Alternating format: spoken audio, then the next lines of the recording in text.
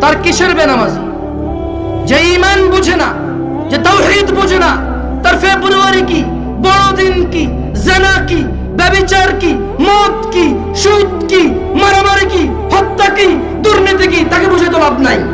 মনে রাখবেন, 14 ফেব্রুয়ারি থেকে নিষেধ করে লাভ নেই। কারণ 14 ফেব্রুয়ারি ওই সকল মানুষ যায় যারা তাদের রবকে বোঝেনি। মনে রাখবেন, আমি আজকে রবের সাথে পরিচয় করে দিয়েছি এদের।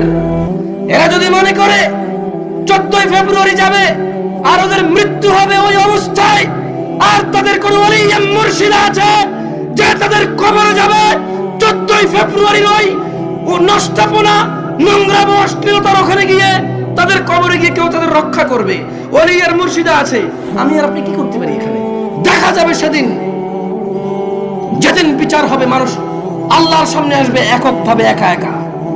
সেই দিন দেখা যাবে ইয়াউমা ইয়াফিরুল মারউ মিন আখিহি, যেদিন মানুষ পলায়ন করবে তার ভাই থেকে, ওয়া উম্মিহি ওয়া আবিহি, তার মা আর তার বাপ থেকে, ওয়া সাহিবাতি ওয়া বানি, তার ছেলে এবং তার সন্তান থেকে। সেই দিন দেখা যাবে যে তার 14 ফেব্রুয়ারি তার আইডলরা, তার সিনেমার নায়করা, তার রাতের আনন্দের গায়করা, তার চোখের সন্তুষ্টির গায়িকারা, নায়িকারা তাকে কতটুকু উপকার করে।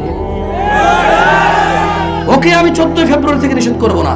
আর ওর ইমানই নেই, ও মুশরিক, ও আল্লাহর সাথে শিরক করে। 14 ফেব্রুয়ারি কি আবার এখানে?